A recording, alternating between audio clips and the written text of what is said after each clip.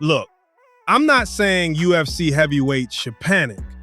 I'm just saying if you're a heavyweight and you hear the words Olympic gold medalist followed by 24-second knockout, you might want to check your Wi-Fi, update your will, and start doing cardio like you mean it. Because Gable Steveson is out here treating professional fighting like it's speed dating. Show up, make eye contact, knock somebody out, leave.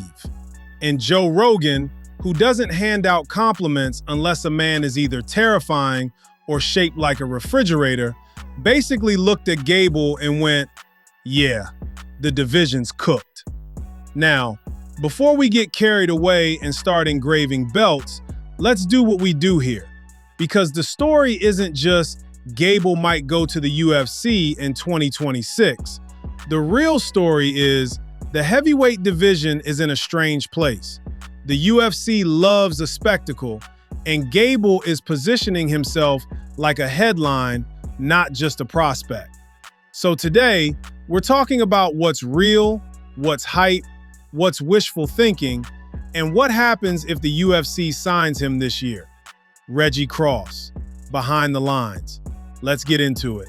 All right, quick background, because people hear wrestler and they immediately picture a guy in headgear who can't throw a punch. Gable Steveson isn't that. He's an Olympic gold medalist in freestyle wrestling, meaning his baseline skill set is, I decide where you live for the next 15 minutes. Now add the MMA part. He's 2-0 in pro MMA, and both wins are quick knockouts. And his most recent one, under Anthony Pettis FC, went viral because it was basically a fight that ended before the camera guy got comfortable. And then he jumped into dirty boxing and did the same thing. Another blink and it's over finish. So whether you want to call him experienced or not, you can't call him harmless. And then you sprinkle in the extra detail that makes matchmakers rub their hands together like villains in a cartoon. He's been training with Jon Jones. Real time, real mentorship energy, real proximity to the most weaponized fight IQ we've ever seen. He knows how to make men appear very weak. Me being one of them. So yeah, now you've got the ingredients. Olympic wrestling, freak athleticism, early KO power, Jon Jones in the background like an ominous chess coach. That's why people are already talking about him like he's inevitable. Now the Joe Rogan thing. Rogan's basically saying Gable's speed for a 250-pound man is bananas. Heavyweight is shallow, and only a few guys are even built to handle that kind of athlete.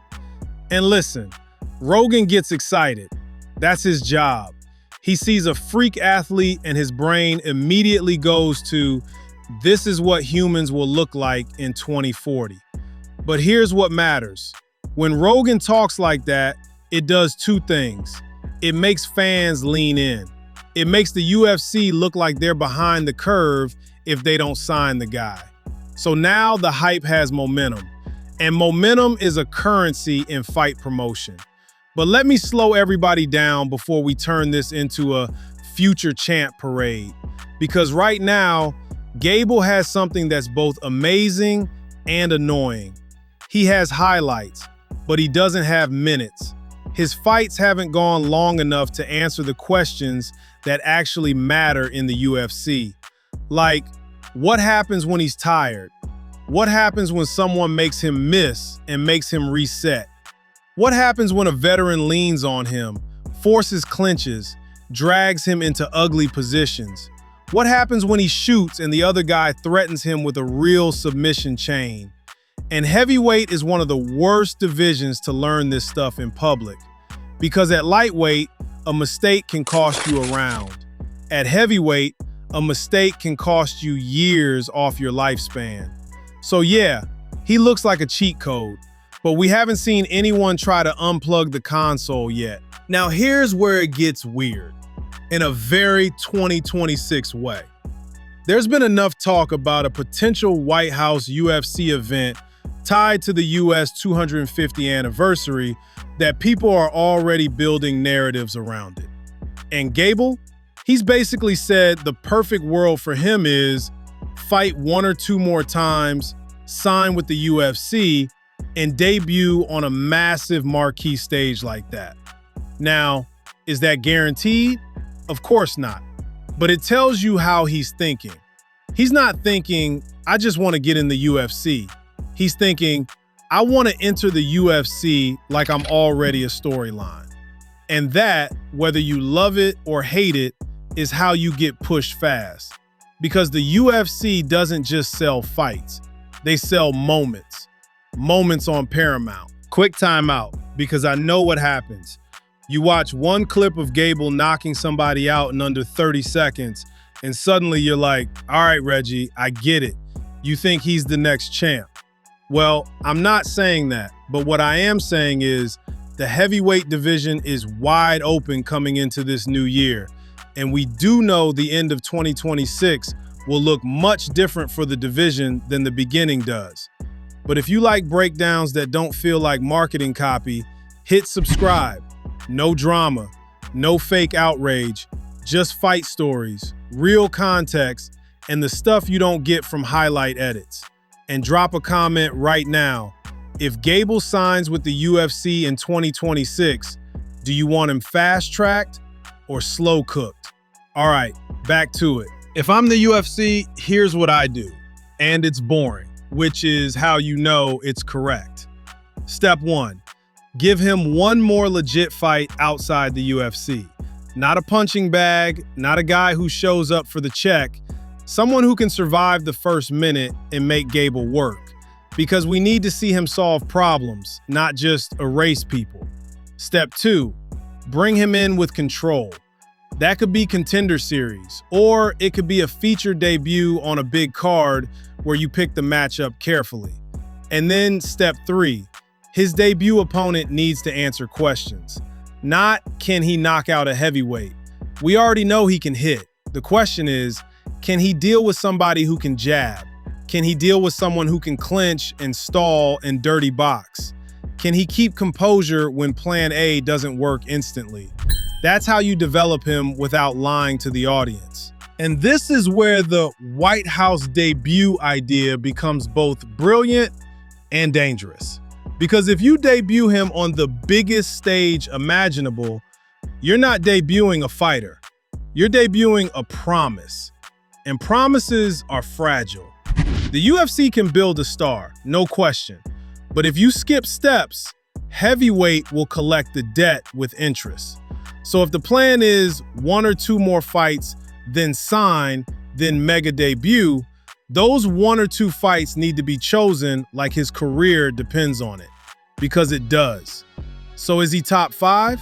Here's my honest answer. He's not top 5 right now. He's top 5 possible. And possible is dangerous because it makes people rush. But the raw material is insane. Olympic level wrestling is already a superpower. If his striking keeps developing, and if he gets real cage time without getting sent into orbit, yeah, he can be a problem for anybody. The only real question is timing. How fast can he become cage elite without getting humbled in public? Because heavyweight humility isn't a lesson, it's a blackout. If you want to know what the UFC actually thinks of him, don't listen to interviews. Watch what they do. Who do they give him? That tells you the plan. Do they push him toward a quick signing or make him cook longer? Do we finally see him go past the first minute and have to problem solve? And does the UFC keep teasing a mega event platform where he could debut? Because if you see them start saying his name more openly and the matchups start looking curated, that's the machine turning on. So here's the bottom line, behind the lines style. Gable Steveson isn't just a prospect, he's a collision between a heavyweight division that's hungry for new blood, a promotion that loves spectacle, and maybe a once-in-a-generation athlete who's trying to enter the UFC like he's already a headline. And that's why this is going to move fast in 2026. Not because he's proven, because he's marketable and terrifying and still mostly unknown, which is one of the most dangerous combinations in fighting. So let me ask you, do you want the UFC to slow cook him and build him right? Or do you want them to throw him straight into the chaos and let heavyweight do what heavyweight does? Drop it in the comments. I'm Reggie Cross for Behind the Lines. If you're still here, you're my people. If you're feeling the vibe, hit that subscribe and remember, hype fades, legacy don't. Peace. 745 with